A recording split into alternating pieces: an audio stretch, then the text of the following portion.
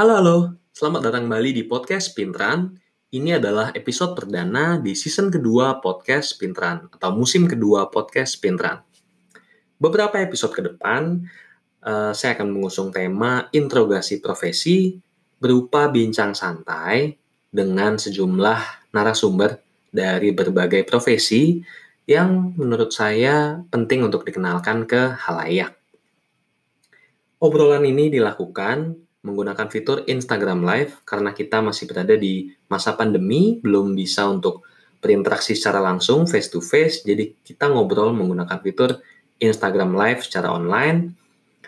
Ini untuk menjelaskan ke teman-teman kenapa ketika ngobrol ada sedikit jeda dan juga kenapa ada pertanyaan-pertanyaan yang masuk atau kadang kita menyapa beberapa teman kita atau beberapa pendengar yang menyaksikan Instagram Live kita. Sekian aja, selamat menikmati. Halo, halo. Cek. Halo. Halo, Ki. Akhirnya. Gimana nih? Akhirnya ketemu juga. Paling kita intro dulu kali ya buat teman-teman yang baru pada join. Oke. Sembari menunggu juga Instagram melakukan tugasnya, notifikasi orang-orang. Masih tahu kalau sudah mulai. Mengganggu orang-orang, woi nonton woi. Maksa banget ya. Oke, buat teman-teman yang baru join, hari ini gue akan live bersama dengan Nago dalam sesi, sebenarnya ini sesinya podcast Pinteran. Gue kebetulan host di podcast Pinteran, cuma karena akun Instagramnya baru banget dibuat, jadi masih baru menetas, jadi untuk sementara gue akan live pakai akun pribadi. Gitu. Nantinya podcast ini bisa didengar juga di Spotify dan juga di YouTube dan semua podcast player lainnya juga sih, entah itu Apple atau Google dan lainnya. Hari ini adalah sesi pertama dari seri interogasi profesi. Jadi seperti namanya ini interogasi bukan interogasi gitu ya. Jadi ini lebih ke introduksi, jadi mengenal sebuah profesi yang mungkin selama ini nggak terlalu dikenal oleh halayak atau dikenal tapi masih banyak salah kaprah. Masih banyak mitos-mitos yang mengelilingi seputar profesi ini. Hari ini kita kedatangan seorang psikolog klinis yang berbasis di Bali. Halo Nago, ini kali pertama ya kita ketemu. Interaksi pertama, tatap muka. Iya, interaksi tatap muka kita sebelumnya cuma ya ngobrol komen-komenan aja di sosial media. Tapi ternyata beberapa temen ada mutual friend kita. Yeah. Banyak mutual friend ternyata kita ya. Iya, ternyata banyak mutual friend juga. Aku juga cukup kaget. Pertama Benny kan, kita juga sama-sama kenal Benny dari Enggak, Benny itu aku baru banget kenal. Sama dengan kamu baru banget kenal. Aku sih sebenarnya dia teman SMP aku. Oh, Cuma gitu. baru reconnect lagi pas di program S2 bareng. Dia jadi junior aku gitu di Atma. Terus ternyata ada temanku juga Ratu Rantilia. Ternyata satu pas S2 bareng sama kamu. Ranti satu angkatan sama aku. Sama ada Franz juga. Oh, itu Franz teman dari mana? Teman SD SMP. Oh, oke. Kan dia di Bali. Iya. Ya, baru ingat dia dari Bali juga. Sama ada Mbak Lili Puspa. Ntar Mbak Lili Puspa yang mana ya? Katanya teman di HIMSI, dia juga psikolog. Oh, iya. Iya, dulu dosenku pas S1. Oh, alah. Aku pikir siapa dulu, aku bikin seangkatan dulu siapa gitu. Iya, dulu dia ngajar aku pas S1, terus kemarin pas aku promoin itu dia komen, wah sama Nago. Seru nih pasti gitu-gitulah. Oke, Nago mungkin bisa memperkenalkan diri dulu lebih lengkap.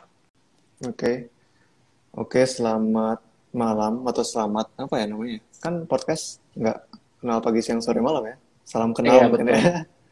Halo semua para pendengar podcast Pinteran. Namaku Nago. Aku adalah seorang, seperti yang sudah diceritakan Oki, aku adalah seorang psikolog klinis dewasa spesifiknya. Jadi keseharianku biasanya dipenuhi dengan bertemu klien untuk melakukan konseling ataupun apapun itu. dengan berbagai jenis permasalahan. Nah, selama situasi pandemi ini juga masih sih kegiatannya itu antara konseling online dan mungkin aku juga mungkin sama seperti Oki sesekali mengisi edukasi di sosial media tentang keilmuan psikologi. Kurang lebih kayak gitu. Oke, jadi buat teman-teman yang mungkin baru kenal atau belum terlalu kenal sama Nago, Nago ini adalah kreator di balik konten-konten khotbah dukun. Ya, Woi. ini adalah judulnya menyeramkan khotbah dukun. Tapi sebenarnya ini edukasi yang ringan dan seru tentang psikologi. Teman-teman boleh lihat di Instagramnya Nago atau juga di Twitternya Nago. Gitu. Mungkin kita awali dengan pertanyaan yang sangat basic, pertanyaan yang mungkin lu bosen juga, mungkin kamu bosen juga Oke. ngedengernya. Kenapa memilih profesi psikolog? Oke. Jadi aku nggak akan mengeluarkan jawaban mulia ingin membantu orang. Karena memang itu bukan alasanku. Oke, Kalau aku alasannya karena karena ini ilmu yang cukup seru sih. Jadi dulu tuh waktu 3 SMA tuh aku hampir memilih jadi arsitek, tapi oke. karena detik-detik terakhir aku membayangkan kayaknya tugasnya banyak banget deh kalau jadi arsitek deh. Kayaknya tidurnya bakal terganggu deh. Terus lihat jurusan psikologi dibuka, oke, kayaknya ini seru deh. Ini Jadi gue udah ketawa sih dari awal. makanya aku milih ini psikologi kayaknya seru deh gitu. Jadi makanya aku akhirnya memilih psikologi dengan basis ya seru aja. Dari namanya kayak ini ilmu yang cukup mendalami apa ya namanya kemanusiaan. Jadi sepertinya akan ada banyak dinamika seru di dalamnya. Makanya aku memilih ilmu psikologi kayak gitu. Oke, jadi pas menjalaninya, kira-kira tugasnya kalah banyak gak dengan arsitek? Sebenarnya kalau S1 sih simple ya. S1 nggak terlalu banyak tugas sih sebenarnya. Kecuali Oke. tugas akhir ya. Ya, kalau aku dibandingin Ah, sama temenku yang arsitek itu kan sampai nggak tidur, terus malas banget mandinya. Ya, biasalah, anak teknik lah gitu kan. ya, Tapi ya, kalau ya, ya ya. psikologi Betul, mungkin betul sih. ya lebih lebih manusiawi mungkin ya. Oh, iya sih kalau dibanding sama arsitek ya. Mhm. Tapi kalau aku dulu soalnya di S1, Fakultas Psikologi termasuk yang terkenal, tugasnya tuh Aha. banyak Oh, gitu. alah. Jadi dulu ada kisah lucu, ada temenku, pas awal dia masuk ekonomi, Hmm. terus dia pindah, di tahun berikutnya dia pindah ke psikologi. Karena dia bilang, di ekonomi tugasnya banyak, gue mau nyantai aja, kuliah psikologi. Ternyata, Ketika dia masuk, tugasnya banyak dan wow, dia kaget. kalau aku kebetulan nggak tahu di kampusku nggak terlalu banyak sih. Untungnya ya, Ah, untungnya. baguslah kalian mendapat dosen-dosen yang baik, mengerti bahwa mahasiswanya butuh istirahat. Betul, betul, Oke, betul. mungkin belum banyak orang yang tahu kali ya terkait lika-liku perjalanan studinya seorang Aha. psikolog. Karena banyak yang nganggap semua yang belajar S1 psikolog itu, S1 psikologi otomatis menjadi psikolog. Ya, Nego Mhm. boleh ceritain nggak perjalanan studi Nago sendiri itu gimana sampai menjadi seorang psikolog? Oke, jadi dulu kalau di SMA banget kan penjurusan IPA gitu kan.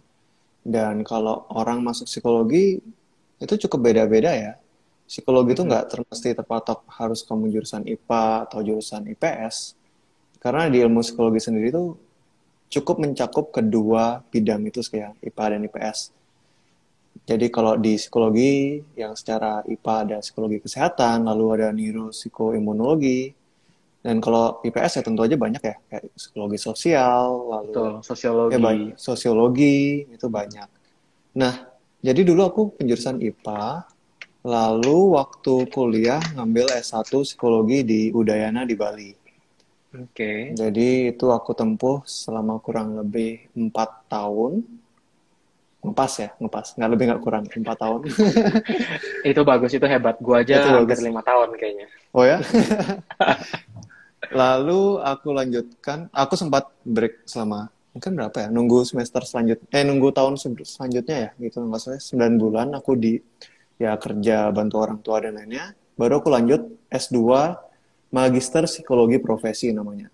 Jadi Mhm. kalau mau menjadi seorang psikolog, kita ngambil S2-nya itu namanya Psikologi Profesi, di mana kita selama kurang lebih 2,5 tahun kita mendalami apa yang dinamakan dengan keprofesian psikolog. Jadi ada prakteknya, ada menerima kliennya, Dan juga kita mendalami ke magisterannya. Jadi ada membuat tugas akhir tesis juga. Itu kurang lebih 2,5 tahun. Nah, aku juga kebetulan ngepas juga 2,5 tahun. Aku memang nggak tahu, mungkin nggak ada ambisi untuk terlalu cepat, tapi tidak ada juga sedikit lebih lama. Jadi dua-duanya aku ngepas. Dan akhirnya di 2018 lulus, ya baru setelah itu balik ke Bali untuk melakukan praktek kayak gitu. Oke. Berarti ketika lulus S1 psikologi itu nggak langsung ya, nggak langsung ambil S2 untuk jadi psikolog. Jadi sempat bekerja dulu, sempat membantu bisnis keluarga dulu, sebelum akhirnya memutuskan ambil S2 profesi gitu ya, selama 2,5 tahun. Ya buat teman-teman yang mungkin belum terlalu ngerti, masih bingung. Jadi ketika sudah selesai S1, titelnya itu adalah Sarjana Psikologi, SPSI. Ini masih butuh. Kalau mau jadi psikolog, MPSI, PSI-nya sih sebenarnya psikolognya, itu butuh studi lagi di magister profesi. Nggak semua yang S1-nya sarjana psikologi, S2-nya itu pasti jadi psikolog. Gitu. Karena ada juga magister sains, magister terapan, yang itu lulusnya tidak menjadi psikolog. Gitu. Jadi jangan sampai mau jadi psikolog, tapi nanti salah ambil jurusan, nggak lucu juga. Betul. Karena masing-masing punya preferensi sendiri ya. Teman-teman tuh kan ada yang memang tertarik. Kayak mungkin karena aku benar-benar tertarik dengan berinteraksi seperti konseling dan psikoterapi, makanya aku memilih S2 psikolog klinis profesi. Tapi ada juga yang mungkin lebih tertarik ke penelitian, lagi bagaimana mengembangkan teori, lalu mengaplikasikan penelitian. Itu ada juga yang mengambil S2 magister. Ya, kayak gitulah kurang lebih. Betul. Nah, berarti kurang lebih sudah berapa lama Nago ini resmi atau selesai pendidikan dan menjadi seorang psikolog? Aku lulusnya kalau nggak salah, kapan ya? 2018 awal kali ya? 2018 awal, betul ya? Kurang lebih, aku nggak lupa ya? Berapa ya? Kayaknya sih 2 tahun lah, kurang lebih 2 tahun lah, kurang lebih ya. Oke, tapi ya 2 tahun atau 3 tahun ya, aku juga nggak lupa. Ya, kurang lebih seperti itu. Ini ada pertanyaan menarik terkait juga dengan yang barusan kita bahas. Jadi yang tadi aku bilang, kalau S1-nya psikologi, S2-nya ada beberapa jurusan. Walaupun psikologi, ada yang profesi, ada yang sains, ada yang terapan. Kalau mau jadi psikolog harus ngambil yang profesi. Gitu. Tapi ini tidak berlaku sebaliknya. Kalau S1-nya non-psikologi, nggak bisa tiba-tiba ngambil magister profesi psikologi. Ya, betul. Harus S1-nya psikologi dulu. Gitu. Karena itu basicnya lumayan banyak sih. Pelajaran dasar yang harus dipelajari dulu sebelum karena 2,5 tahun nggak akan cukup sih untuk menjadi tiba-tiba seorang psikolog. Perlu dasarnya dulu kurang lebih 4 tahun itu. Memang basic S1-nya penting sih, karena di S2 juga semi ngulang-ngulang sih sebenarnya. Jadi kayak review satu kuliah cuma hal yang dipelajarin dulu di S1 selama 1 semester, di S2 mungkin cuma 1 atau 2 pertemuan doang untuk sekedar review doang gitu. Jadi sebelum kita akhirnya mendalami yang mungkin lebih praktisnya untuk penerapannya gitu sih. Oke, selama 2 tahun ini, Nago udah praktek, sudah menjadi seorang psikolog. Pada momen-momen seperti apa, Nago tuh merasa puas atau bahagia menjadi seorang psikolog? Aku ingin menjawab, tapi aku takut terkesan tidak mulia. Gak masalah. Jadi gini, biasanya itu muncul kepuasan tuh tentu awalnya ketika melihat seorang tuh terbantu ya. Karena kan ngelihat klien kita ataupun orang yang mungkin mengikuti konten kita misalkan, itu merasa terbantu, itu adalah suatu hal yang membuat diri merasa positif. Tapi aku juga membatasi kepuasan itu gitu loh. Jadi aku nggak mau melibatkan keinginan pribadiku dalam profesiku. Karena aku merasa kalau kepuasan klien itu menjadi bahan bakarku mengabdi profesi ini, itu aku menggantungkan sesuatu pada diri klien gitu. Dan itu akan membuatku merasa bias dalam konseling gitu. Karena kadang-kadang yang membuat mereka puas belum tentu yang terbaik untuk mengembangkan diri mereka secara jangka panjang gitu. Ya. Jadi kalau aku sih merasa puas ketika di setiap pertemuan dengan klien atau di setiap membuat konten dan setiap interaksi dengan orang lain, aku mendapatkan insight baru atas profesi ini atau atas keilmuan ini. Di situ sih aku merasa puas, sehingga bisa memaknai mungkin interaksi dinamika manusia lebih dalam. Itu sih yang membuat aku merasa puas. Dan tentunya itu dipakai untuk perundangan pribadi sebagai manusia gitu. Dan ketika itu direnungi, dimaknai secara pribadi, dan aku gunakan lagi untuk membagi ke klien selanjutnya, itu aku ngerasa puas kayak gitu sih. Oke. Tadi pas ketika pertama kali kamu bilang, ini jawabannya nggak mulia gitu ya. Tadi yang terlintas di pikiran tahu gak Pak? Kayak Cuan ketika apa? melihat rekening. Sejujurnya Melihat rekening. kalau mau menjadi psikolog yang cuan, itu sebaiknya Anda mengambil psikolog industri organisasi. Jangan ambil psikolog klinis. Betul. Ini ada temanku nih, psikolog bio join nih, Jajang. Maaf, Anda suka cari cuan. Jadi teman-teman yang mau nyari uang lebih, silakan ambil yang industri organisasi. Ya. Jadi tadi lebih mendapat kepuasan justru ketika belajar sesuatu, mendapat ilmu yang baru, insight-insight baru yang justru bisa dipakai ke pribadi sendiri juga gitu ya. Oke. Luar biasa banget. Lalu kurang lebihnya mungkin masih banyak yang barusan juga kan kita bahas, apaan nih psikolog industri organisasi, apaan nih psikolog klinis. Nah, mungkin yang namanya psikolog itu yang lebih dikenal publik ya sebenarnya psikolog klinis gitu ya, yang melakukan konseling, yang melakukan terapi ke klien, ke masyarakat. Boleh dijelasin nggak kurang lebih apa aja sih yang kamu lakukan sebagai psikolog klinis? Job desk-nya seorang psikolog klinis tuh gimana sih? Wah, ini flashback itu nih, ujian kode etik nih. Jadi ayo kalau nggak lulus nanti diambil lagi jasanya. Dicabut langsung nih. Jadi psikolog klinis itu adalah sebuah profesi yang seseorang itu dibekali dengan berbagai keilmuan dan keterampilan untuk mendiagnosa dan mengintervensi sesuai dengan teori-teori psikologi terkait yang fungsinya dua. Satu, membantu melepaskan gangguan dari pribadi seseorang, gangguan psikologis. Dan kedua, mengembangkan pribadi seseorang. Jadi tugas psikolog klinis itu ada dua. Membantu mengintervensi gangguan psikologis atau masalah-masalah psikologis menjadi orang yang dari yang bermasalah ataupun memiliki gangguan mental menjadi normal, atau yang dari normal menjadi lebih berkembang, mengembangkan pribadinya. Jadi segala jenis ilmu yang kami pelajari, entah itu humanistik atau behavioral dan lainnya, itu kita gunakan untuk membantu memfasilitasi orang ini mencapai kedua jenis bidang itu kayak gitu sih. Oke, jadi ketika seorang memiliki gangguan, tugasnya membantu supaya gangguan itu bisa berkurang atau bahkan hilang gitu ya. Dan juga membuat seorang bisa berfungsi normal gitu ya, keberfungsian sosialnya bisa kembali normal, dan juga orang yang bahkan mungkin tidak ada gangguan psikologis yang berat atau apa, bisa menjadi pribadi yang lebih baik lagi ketika ke psikolog. Oke. Jadi kita cukup bisa menghancurkan mitos bahwa yang pergi ke psikolog adalah orang-orang yang memiliki gangguan jiwa gitu ya. Ya, betul. Karena nggak semua orang yang punya gangguan jiwa ke psikolog juga. Tapi bahkan orang-orang normal yang ngerasa fine-fine aja tuh mungkin memiliki sedikit ketertarikan untuk memahami dirinya lebih lanjut, itu juga ada yang ke psikolog kayak gitu istilahnya. Oke. Menarik banget karena bagaimanapun kita masih melihat stigma di masyarakat bahwa pergi ke psikolog itu nanti gue malah dianggap kenapa-kenapa, nanti malah gue diomongin gitu ya.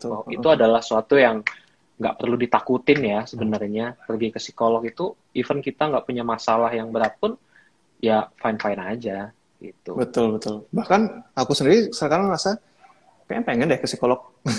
Maksudnya kayak aku ngerasa selama ini pengen rasanya suatu kayak bener-bener lupa semua hal ini, nggak ngerti teorinya, nggak ngerti konseling, terus pengen ke psikolog dengan bener-bener buta apa sih sebagai itu awam gitu ya. Iya betul, sebagai penasaran. Klien. Menarik. Karena ya beberapa temenku yang psikolog juga bilang bahwa ya mereka butuh yang namanya tong sampah juga sih. Ya, benar. Di mana mereka bisa melepaskan segala status, segala titel mereka, dan bisa ya ngobrol bebas, katarsis, melepas stres aja gitu ke orang lain. Karena penting banget sih. Kebayang kalau setiap hari mendengarkan cerita-cerita dari klien, keluh kesah, masalah, kan tidak sedikit emosi negatif yang datang ke kita gitu ya. Ya, Perlu banget betul. sih untuk bisa pergi juga ke psikolog. Ya. Kan aku jadwalkan kali ya. Kapan aku ke psikolog ya? Iya, jadwalkan aja. Kayaknya di Bali banyak psikolog-psikolog yang menarik. Jangan yang di Bali, pada teman semua. Oh iya, udah kenal semua. Udah kenal Malah semua, jadi bahaya. susah ya. Bahaya, Psikolog bahaya. Bali, kalau mau ke psikolog harus keluar pulau dulu. Betul. Ada mitos lain lagi juga, yang ini sering Mhm. banget didapatkan entah oleh psikolog atau orang-orang yang belajar psikologi. Apakah kamu bisa baca pikiran orang? Nah, Oh ini. gimana Nah tuh? ini. Memang kalau dibilang ya, banyak ilmu psikologi itu kan satu fungsi awalnya kan untuk diagnosa kan. Jadi untuk berusaha untuk memahami manusia gitu. Jadi ketika dibilang membaca pikiran mungkin tidak seperti yang kita bayangkan di kekuatan superhero atau gimana gitu. Tapi kita lebih familiar dengan pola yang terjadi pada diri seseorang gitu. Oh, kalau dia berada dalam situasi ini, mungkin dia merasa ini, apa yang dia persepsikan, itu yang banyak mungkin kita pelajari di teori-teori kita gitu kan. Dan mungkin juga beberapa ilmu observasi, lalu alat tes, dan lainnya, istilahnya dirancang untuk mencoba memahami seorang, dan itu mungkin yang orang-orang kira itu bisa membaca diri seseorang gitu. Tapi yang aku lebih fokus adalah, kenapa sih itu yang kita sorot gitu? Kenapa kayaknya kita suka banget ngelihat ada seseorang psikolog mungkin ataupun siapa terkesan bisa membaca orang lain gitu. Karena sebenarnya kalau aku sendiri, karena aku sekarang kan benar-benar fokus ke intervensi konseling ya, aku nggak terlalu banyak mikirin lagi diagnostik dan terlalu banyak alat tes dan gimana. Aku malah merasa orang itu akan lebih baik ketika mengungkapkan dirinya secara langsung tanpa banyak berusaha untuk membaca pikiran satu sama lain gitu. Jadi misalkan nih kayak kenapa sih kita gitu tertarik gitu ya sama tes-tes kuis di Facebook ataupun psikotes dan lainnya atau ketemu psikolog kayaknya, wih aku bisa dibaca nih. Karena dibaca itu mencerminkan suatu kemalasan kita untuk membuka kerentanan diri kita sama orang lain. Daripada kita mengungkap diri, aku nih orangnya kayak gini, aku nih orang kayak ini, kita lebih pengen kita pasif dan orang lain membaca kita. Nah, karena itu lebih mudah gitu. Makanya aku mikir Betul. makanya aku mikir kayak sekarang itu aku benar-benar menghindari terlalu banyak dalam tanda kutip ya membaca apa yang kamu alami, apa yang kamu rasakan dan lebih menanyakan secara straightforward. Karena kalau menurutku untuk perkembangan psikologis itu yang lebih efektif dibandingkan aku membaca dan berpura-pura kamu ini ya. Lucu juga kalau pernah loh aku kayak awal-awal jadi psikolog, kamu kayak gini ya, terus kliennya bilang enggak gitu, kan malu sendiri aku gitu ya. Iya. Kan ya, jadi aku di sana aku berpikir kenapa penting banget sih kita harus bisa mencoba membaca orang lain. Menurutku untuk kesejahteraan psikologis itu tidak terlalu signifikan. Lebih baik kita bisa membentuk komunikasi yang open satu sama lain dan itu lebih membantu dalam perkembangan psikologis seorang dibandingkan membaca gitu. Oke, thank you banget Nago. Jadi intinya itu tidak benar bahwa seorang psikolog atau orang yang belajar psikologi itu bisa ngebaca orang gitu ya. Tapi memang kita dibekali oleh beberapa kelas, beberapa mata kuliah yang memang berfungsi untuk lebih memahami orang lain. Betul. Melalui observasi, melalui wawancara. Observasi kita melihat baik bahasa verbal maupun non-verbal dari seseorang tuh gimana. Mungkin karena punya kepekaan dan sensitivitas seperti ini, banyak yang menganggap, bisa baca orang. Padahal nggak kayak gitu. Itu ya karena terlatih aja, dan even nggak semua psikolog bisa melakukan itu, punya sensitivitas itu, dan ada juga profesi-profesi yang bukan psikolog tapi bisa punya sensitivitas seperti itu. Oh ya. Oh, seperti misalnya sales yang sering banget ketemu orang, dan kalau Hmm. orang ini baru ngomong sedikit, sales ini udah tahu nih, oh orang ini tuh maunya apa gitu. Itu banyak juga yang seperti itu. Ya, ya. Gitu. Nah, dan penting sih untuk terkait apapun profesinya ya, entah itu psikolog atau sales yang memang erat kaitannya dengan manusia ke manusia lainnya, untuk apa sih kita membaca itu gitu kan? Kalau memang itu adalah suatu hal penting untuk misalkan kebutuhan terapeutik, ya memang penting. Oh, sepertinya Ya. orang ini nggak nyaman kalau saya duduk di sini. Oh, sepertinya dia nggak nyaman kalau ruangannya ditutup. Itu penting, tapi untuk kebutuhan dia gitu. Bukan Betul, kamu betul. membaca orang untuk mempertontonkan kesaktianmu gitu. Itu namanya dukun itu. Betul, betul, betul, betul. Nah, ini juga kalau dulu dosenku sempat bilang, banyak orang mikir belajar psikologi itu bisa ngebaca orang ini karena mahasiswa-mahasiswa psikologi yang sotoy. Nah, Jadi itu mereka masalahnya tuh. baru belajar dikit, terus lu begini ya, lu begitu ya, sok-sok bisa menganalisa dan ngebaca orang. Akhirnya ya malah jadi stigma yang kurang baik. Betul, betul, betul. Dasar mahasiswa psikologi ini. Perlu di ospek kayaknya ya. Perlu banget. Nah, tadi sempat ada pertanyaan, mungkin ada Ranti juga. Halo Ranti, ini Nago teman S2 kamu. Halo, Ibu Ranti. Masih kenal saya, Ibu Ranti? Tadi sempat ada yang nanya di masa pandemi ini kalau mau ke psikolog gimana? Karena dia butuhnya face to face, karena kebanyakan psikolog saat ini ngebuka konselingnya online gitu. Dari Oh, Nago sendiri ada solusi gak? kalau setauku, kalau aku pribadi aku membukanya cuma online ya. Kecuali ada yang urgent banget, aku ketemu pakai masker tapi jadi berjarak kursinya mungkin 1 sampai 2 meter gitu. Tapi kalau aku lihat teman-temanku yang lain, terutama mungkin ya psikolog yang di rumah sakit itu masih buka loh sebenarnya. Psikologi yang di rumah sakit, tapi ya mereka dengan pakai face shield, lalu Ya, masker dan outfit kayak dokter bedah itu teman-teman yang di psikologi yang di rumah sakit terutama masih buka sih. Jadi mungkin itu bisa dipertimbangkan kayak gitu. ya, jadi kamu bisa cari ke klinik atau rumah sakit, karena aku juga ngelihat sih teman-temanku ada yang udah kembali praktek, tapi menerapkan protokol kesehatan, ya menggunakan masker, face shield, jaga jarak, dan lain sebagainya. Jadi kalau kamu memang nggak bisa online, maunya ketemu, pasti ada. Cari aja di kotamu, entah klinik atau rumah sakit yang memiliki layanan psikologi. Gitu. Ya, sebelumnya. Kamu berarti shifting ke online untuk konselingnya Ya betul. selama pandemi ini, dan ngerasa ada perbedaan nggak sih? Kalau chat itu sih lumayan kurang ya aku merasa ya kalau konseling secara chatting ya. Justru aku merasa yang membuat semakin terlihat real itu adalah kalau aku pakai laptop sih. Karena mungkin kan tayangannya besar ya. Jadi kalau di HP aku Oke. pernah coba kayak video call HP kayaknya nggak terlalu juga kerasa suasana konselingnya. Tapi kalau aku pindah ke laptop lalu tayangannya besar, itu benar-benar gimana ya? Aku merasa kalau aku pribadi aku cukup bisa merasakan feel atmosfernya itu cukup dapat, dan klienku juga sejauh ini ya aku rasa juga cukup merasa terbantu sih. Kalau yang terutama ya dengan menggunakan laptop itu ya, itu menurutku lebih lumayan lah dibandingin chat ataupun telepon sih kalau menurutku. Jadi Iya sih, sebenarnya iya. setelah dijalankan itu nggak sesulit itu sih. Ternyata banyak orang juga bisa menggunakannya dan cukup bermanfaat juga gitu. Daripada kita memaksakan diri ketemu dan was-was sendiri kan karena situasi kayak Iya, gini loh kayak gitu. betul, Tapi ya betul, betul. sesuai dengan kebutuhanmu. Kalau kamu benar-benar merasa face to face, karena kan klien selalu benar kan. Kalau kamu merasa nyamannya face to face Betul, ya betul. silakan aja, nggak apa-apa. Hmm. Ya, mungkin bisa dicoba dulu.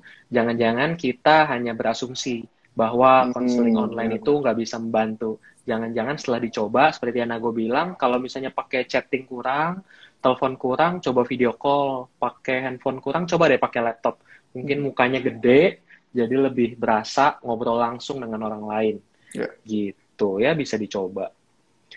Sejauh ini, Nago menjadi seorang psikolog, juga menjadi konten kreator terkait psikologi. apa sih tantangan terberat yang dirasakan atau dijalani? Kalau aku pribadi, tantangan terberat adalah ketika ada seorang yang nggak puas dengan eh, layanan yang kuberikan. Mungkin itu sih, Hmm, pribadi. Karena ekspektasi kan tentu aja adalah psikolog itu membantu ya. betul. Tapi yang membantu di kepala klien belum tentu membantu di teori gitu. Maksudnya Ah, sesuai teori itu belum tentu.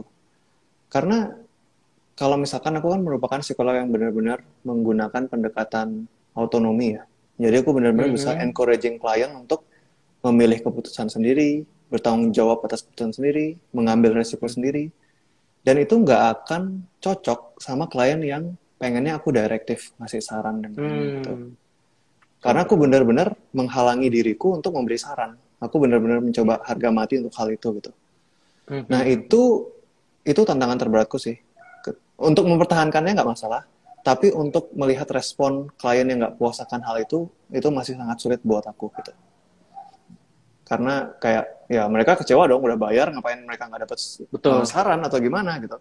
Aku Iya, rasa iya. kalau mereka mungkin bisa terbantu dengan psikolog yang pendekatannya mungkin lebih sesuai sama mereka, yang bisa memberikan sesuatu yang lebih direktif, step by step, yang diawasin. Tapi kalau aku nggak mengambil langkah itu, jadi ya secara otomatis akan ada klien yang kecewa kayak gitu. Dan itu sulit bagiku Hmm. untuk menerima. Karena kalau memang kita Oke. mendapatkan klien yang sedikit berbeda dengan apa yang kita lakukan, pilihannya hanya dua. Mhm. Satu, kita mengubah pendekatan kita. Dua, kita refer dia ke yang lain. Nah, aku Hmm. merasa aku nggak mau merubah pendekatanku karena ntar feel-ku akan berbeda ke klien lain juga. Dan aku nggak akan punya warna khas, jadi aku akan lebih memilih untuk tetap stick sama yang ku pegang, dan kalau dia nggak puas ya aku bisa refer ke yang lain gitu. Kayak gitu Oke, sih. oke, oke. Jadi pernah berarti ya mengalami bahwa ada klien yang sudah datang, sudah konseling, lalu kliennya merasa nggak terbantu. Dan itu cukup berkesan ya buat Ya, seorang psikolog pastinya. Ya, ya, ya. itulah. Jadi ketika itu terjadi, yang kamu lakukan adalah mencoba merefer dia ke psikolog lain yang gayanya lebih sesuai dengan dia. Ya, antara itu atau Hmm. kalau dia nggak balas lagi ya udahlah diamin aja. Mungkin dia udah bete Iya, kan, iya. ini siapa sialan psikolog Ah, ini ah. gimana, ya udahlah biarin aja gitu. Wah, ini dia. Iya, iya, iya. Halo Mbak Ah, Lili Mbak Puspa, Lilinya datang. datang juga. Thank you ya buat teman-teman yang udah lagi nonton meluangkan waktu. Hmm, apa ya? Baru satu gue mau nanya sesuatu, tapi lupa. Ya udahlah. Seriusan barusan ada sesuatu yang ingin aku tanyakan. eh Ayo lo, ayo lo. iya, ketika kamu ngebahas tadi ada klien yang, Gak oh, puas. iya ya, klien yang tidak puas.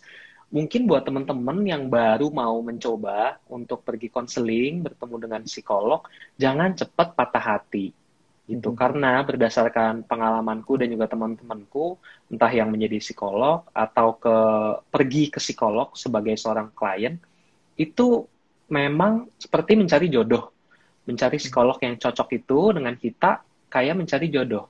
Ada yang cocok langsung dengan kita, ada yang memang mungkin kurang cocok dan nggak ketemu, tektokannya nggak dapet, chemistry-nya kurang, jadi kamu mungkin nggak merasa terbantu atau nggak merasa berkembang dengan pergi ke psikolog itu. Jadi jangan langsung patah hati terus kamu mengeneralisasikan, ah udahlah nggak ngebantu nih pergi ke psikolog gitu. Ya, ya. Atau Nah, ada, mm, mm, mm. karena Gimana? itu juga lah aku membuat konten di sosial media gitu. Jadi Mhm. orang atau calon klien tuh sudah expect, oh kalau ke psikolog Nago nih, pendekatan seperti ini yang akan dia pakai gitu. Ah, Masalah-masalah seperti ini yang akan dia sasar gitu. Jadi dia nggak akan tiba-tiba datang aku dengan berharap pendekatan yang lain gitu. Jadi sebagian besar klien yang datang ke aku sudah tahu, oh kalau sama psikolog Nago nih bakal kayak gini gitu. Jadi makanya itu penting juga aku sering-sering share biar orang tuh, oh ya kalau klien kepo tuh biar tahu, oh ini toh pendekatannya kayak gini toh. Jadi ketika misalkan dia dulu pernah ketemu psikolog sebelumnya dan itu membuat dia nyaman atau nggak nyaman, dia bisa membandingkannya dengan mungkin teori-teori yang kukemukakan, mungkin cerita-cerita yang mhm. kuberikan, itu bisa membuat dia perbandingan sehingga dia bisa memutuskan akan datang atau enggak, kayak gitu. Oke, ya itu ngebantu banget ya. Ini terkait nih dengan poin kita selanjutnya yang aku ingin tanyakan. Di era digital ini, gimana sih cara memberdayakan teknologi atau sosial media untuk kepentingan profesi Nago dalam hal ini menjadi seorang psikolog? Oke. Em, Pertama sih, kalau pertama banget ya pasti kayak tadi yang kita udah ngomongin ya, konseling online Mhm, itu ya. Itu mhm, suatu hal yang kita anggap asing karena kita rasakan kita lebih nyaman dengan koneksi manusia yang lebih real. Tapi mhm, ketika situasi memaksa, ternyata itu sangat membantu gitu. Jadi hmm, di satu sisi saat kita dibatasi dengan kondisi pandemi ini, teknologi bisa sangat membantu.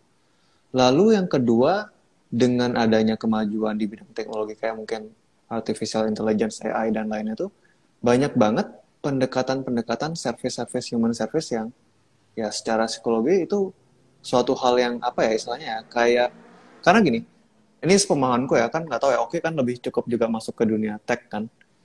Manusia mhm, itu kan membuat AI itu mesin pembelajar dengan seperti mereka ulang intelijensi manusia sendiri gitu.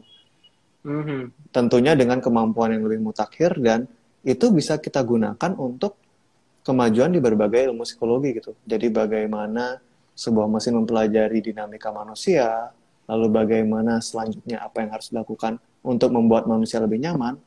Jadi dengan teknologi maju ini bisa memberikan banyak hal untuk manusia, baik itu mungkin di pekerjaan bidang konvensional psikologi seperti konseling itu, atau mungkin mhm, di berbagai aktivitas atau bidang-bidang sebelumnya yang mungkin kita belum pernah bayangkan sebelumnya. Mungkin aku mhm, nggak tahu ya ke depan apa aja bisa kombinasi yang dilakukan antara AI dan mhm. mungkin kehidupan Iya, psikologi, aku iya. nggak tahu. Kamu pernah baca-baca kayak itu nggak sih? Iya, dulu pernah sih ngebaca artikel dan kayaknya sempat dilakukan juga di Facebook. Jadi lebih ke menggunakan AI untuk mendeteksi orang-orang yang mungkin sedang mengalami depresi, Oke. sedang stres berlebih, depresi, kesedihan yang mendalam. Jadi berdasarkan postingannya, keywordnya atau tone Hmm. dari kalimatnya, dan ketika terdeteksi orang-orang yang mungkin dari postingannya ini sedang depresi atau apa, nanti Facebook akan bertanya dan menyarankan, are you okay? Kalau butuh layanan psikologi, bisa loh ke mana-mana Oh, gitu. ya, ya, ya. Kayaknya di Twitter itu Into the Light juga sudah kerja sama Hmm, Twitter, bukan kayak gitu kan? Ya, iya, jadi kalau kita betul. search bar di Twitter tentang hal-hal yang berhubungan dengan self-harm dan bunuh diri, Twitter tuh sudah bekerja sama Into the Light untuk memberikan referensi ataupun Hmm, informasi terkait pencegahan bunuh diri. Jadi, itu mungkin kombinasi-kombinasi unik antara AI dan ataupun antara teknologi dengan keilmuan psikologi yang bisa salah satu kesempatan yang bisa terjadi karena kombinasi dua hal itu gitu ya.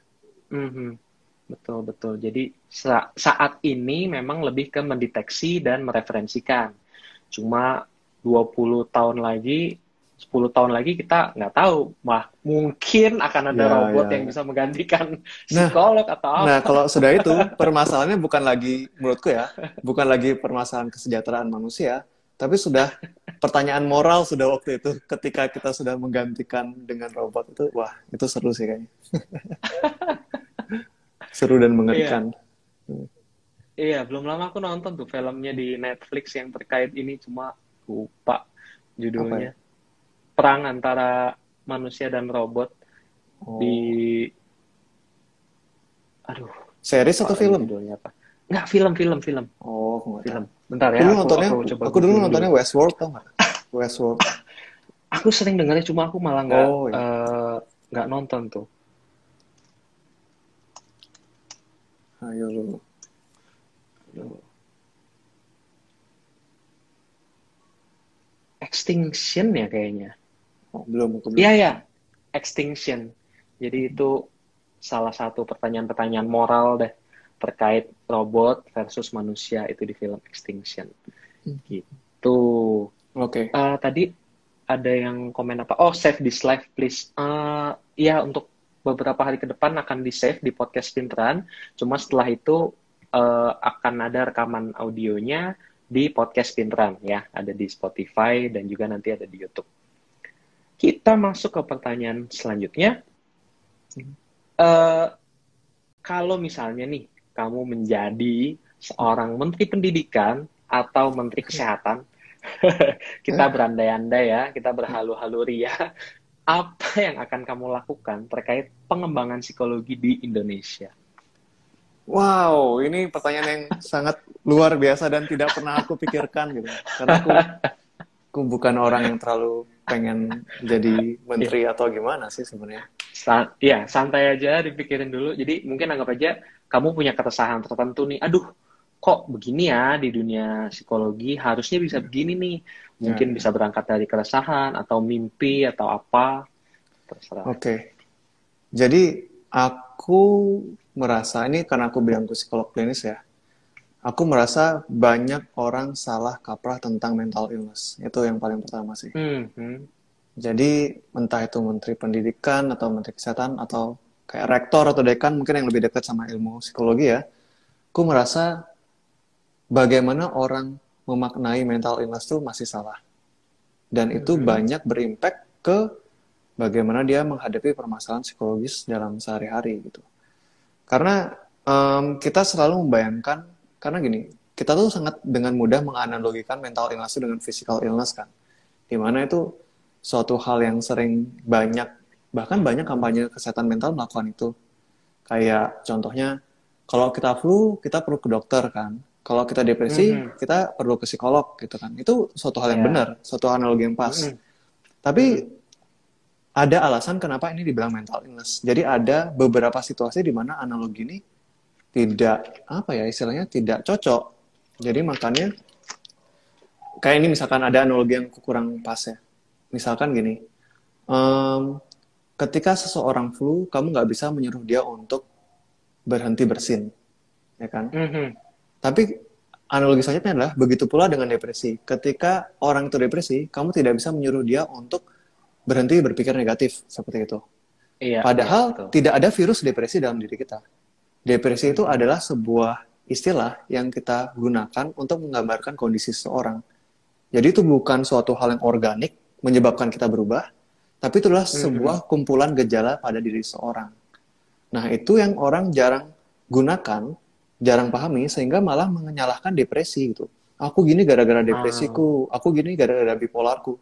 Padahal tema-tema mental illness itu merupakan kumpulan gejala, bukan satu penyakit dalam dada kita, dalam kepala kita. Iya. Nah, itulah yang membuat orang sering self-diagnose dan menyalahkan mental illness sebagai penyebab dari perilaku mereka. Jadi, mungkin ketika aku menjadi menteri ataupun menjadi seorang dengan power yang mungkin bisa memberikan edukasi tentang itu, mungkin itu salah satu hal yang aku gunakan, isu yang aku angkat, karena menurutku penting bagi kita untuk mengembangkan kesejahteraan psikologis kita dengan memaknai dengan tepat seperti apa sih psikologi, kesehatan mental, dan gangguan jiwa itu. Mungkin gitu sih. Oke. Mantap, ditunggu 10-15 tahun lagi. Pelan-pelan, aku pertama mau melobi kampus alma materku dulu, boleh nggak aku kasih kuliah dengan ini gitu, kuliah tamu kan gitu. Pelan-pelan dulu, yang dekat dulu. Iya, pelan-pelan nanti menanjak dan menjadi seorang Hokage. Oke, tadi sempat ada pertanyaan terkait juga dengan yang barusan kita bahas. Sekarang banyak orang lagi aware dengan mental health karena lagi banyak tren yang ngebahas itu. Sosial media memudahkan orang untuk belajar, untuk campaign, dan lain sebagainya. Tapi jadi banyak yang melakukan self-diagnose. Nah, itu dampaknya gimana menurut kamu? Jadi gini, aku pribadi ya, ini memang pendekatannya agak beda ya. Aku hampir tidak pernah memberikan diagnosis ke klienku. Kalaupun ada, itu hanya aku simpan untuk diri sendiri. Jadi aku merasa diagnosis itu hanya penting dari sudut pandang terapisnya, entah itu psikolog atau psikiater, atau untuk merefernya ke orang lain atau ke profesi lain. Cuma untuk itu. Ketika klien mendapatkan diagnosis, itu kalau menurutku pribadi, lebih banyak negatifnya. Karena dia akan mencari banyak hal tentang itu, tanpa dibekali dengan dasar yang tepat tentang ilmu psikologi atau psikiatri. Jadi itulah fungsinya, itulah kenapa sulit bagi aku untuk ya ngomongin tentang isu ini, karena self-diagnose itu benar-benar berbahaya. Karena kamu bisa ujung-ujungnya malah ngikutin hal yang mungkin sebenarnya kamu nggak menyadari awalnya, tapi karena kamu mendiagnosis dirimu sendiri, kamu mulai mencocok-cocokkan, dan kamu merasa melakukan suatu hal yang harusnya kamu nggak lakukan, itu malah menjadi semakin bahaya kalau kamu melakukan self-diagnose.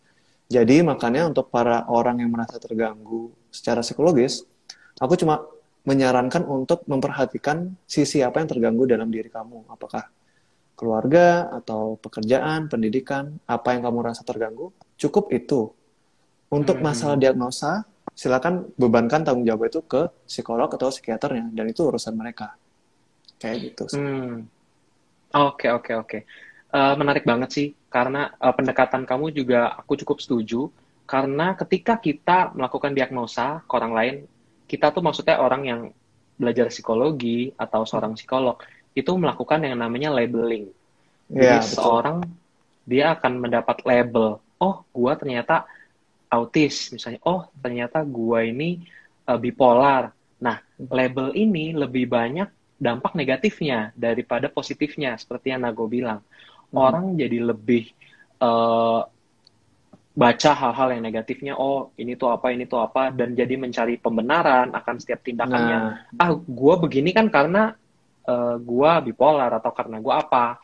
Nah, mhm. itu yang patut dihindari. Seperti yang tadi Nago bilang bahwa ketika orang tidak memiliki informasi atau pengetahuan dasar yang cukup terkait psikologi dan psikiatri, self-diagnose bisa jadi malah pedang bermata dua, gitu, Ya, malah betul. jadi memberikan dampak negatif kepada Mhm. kita.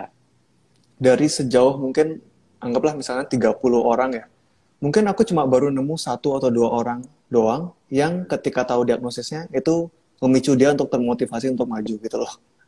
Oh, Hmm, aku depresi ya, ya berarti aku kayak gini gini gini, oke.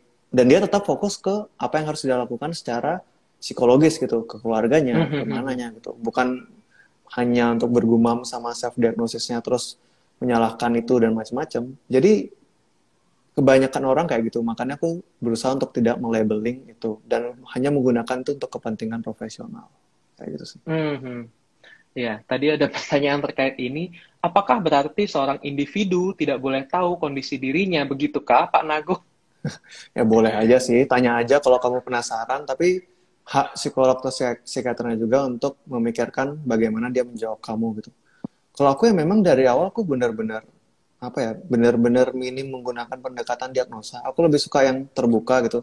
Jadi kalau depresi ya 100 orang depresi punya cerita berbeda-beda gitu. Karena pendekatanku pola pikir dan perilaku, aku lebih nggak mikirin label itu sih. Label itu, diagnosa itu hanya untuk kepentingan apakah seberapa urgent orang ini melakukan terapi, seberapa sering, hanya untuk itu aja. Tapi untuk pendekatan penyelesaian masalahnya, tetap dengan mengurai hubungan, pola pikir, perilaku, itu sih.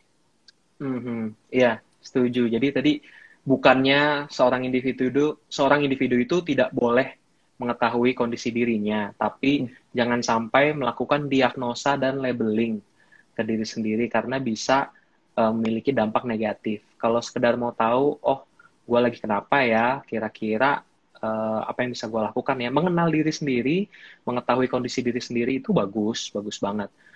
Cuma ada baiknya cari juga bantuan profesional, Ya, entah itu psikolog, entah itu psikiater yang lebih apa ya, mereka memiliki tools yang lebih lengkap, memiliki pengetahuan selama bertahun-tahun mempelajari itu, jadi bisa lebih membantu kamu dibanding kamu cuma baca-baca dari internet gitu ya, atau ya. kamu cuma dengar-dengar dari orang lain, itu bisa jadi nggak lengkap pengetahuan yang kamu milikin.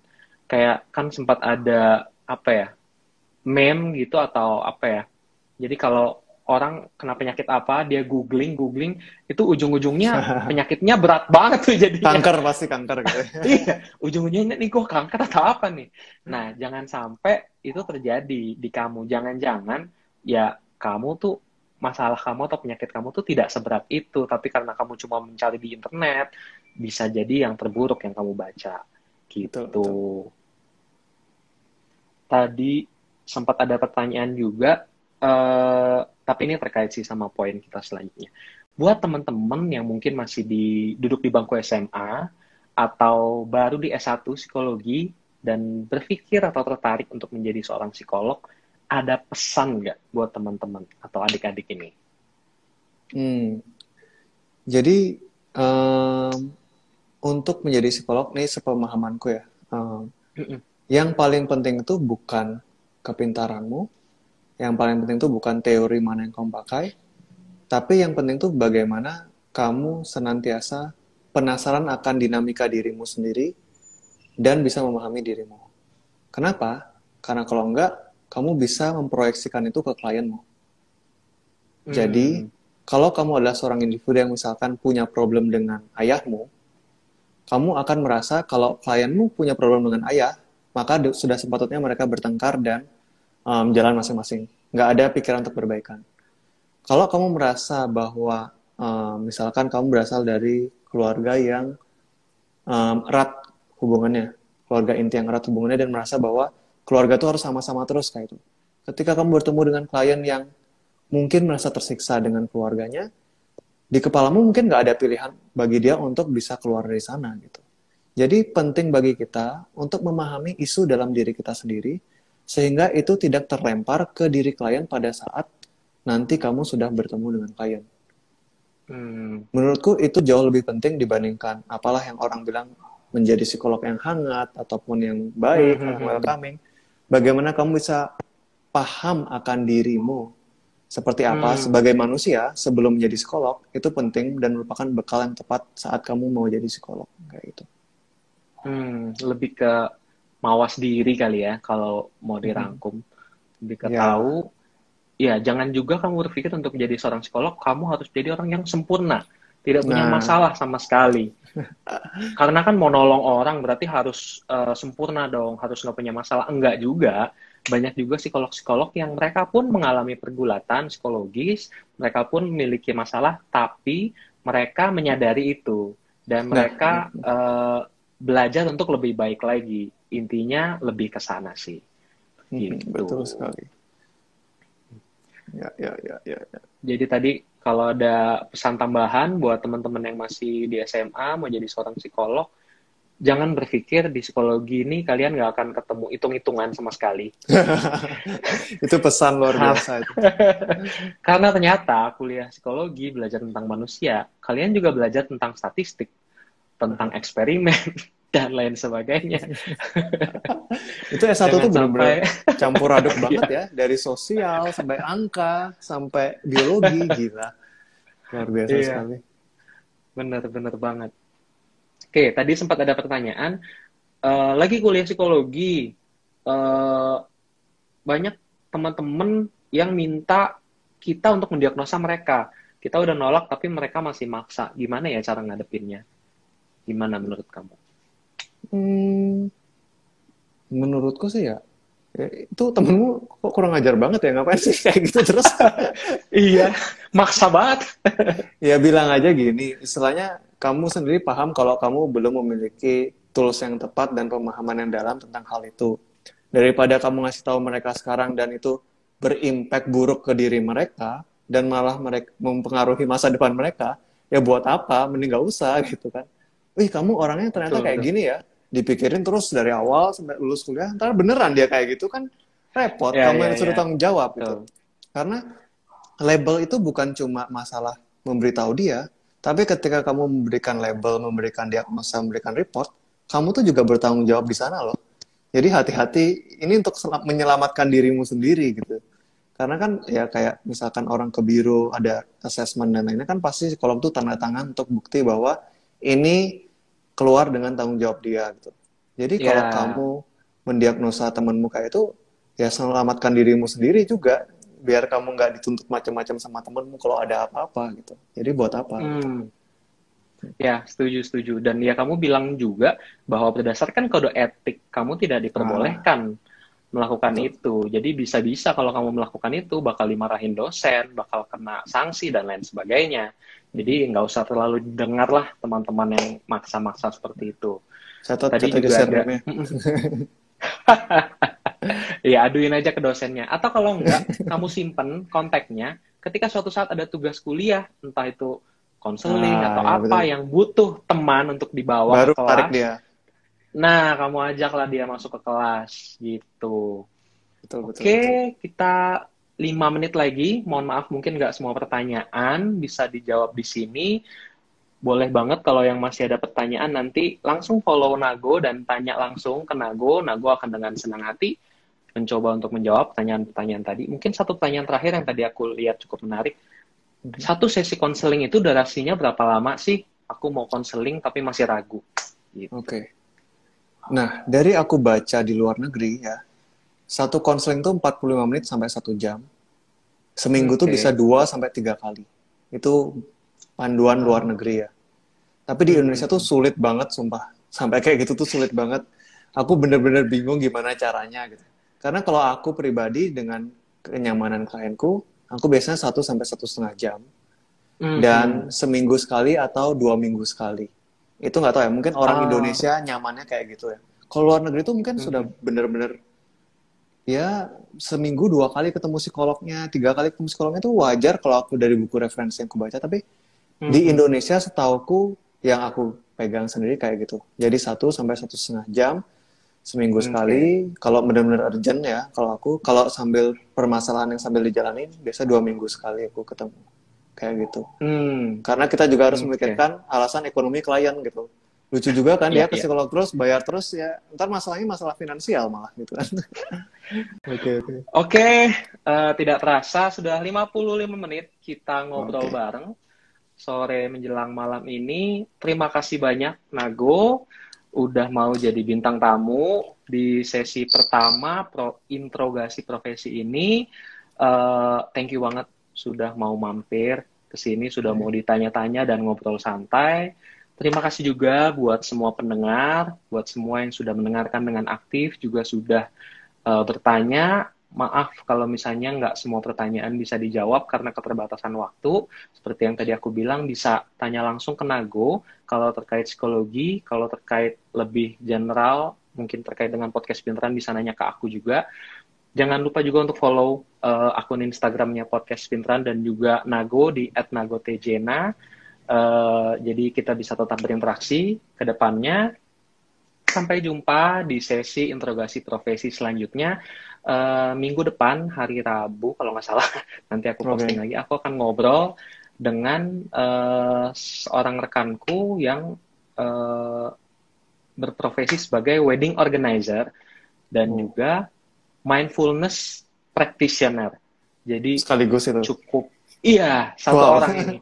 Jadi kita akan coba mengupas dua dunia ini minggu depan. Buat teman-teman yang tertarik silakan join.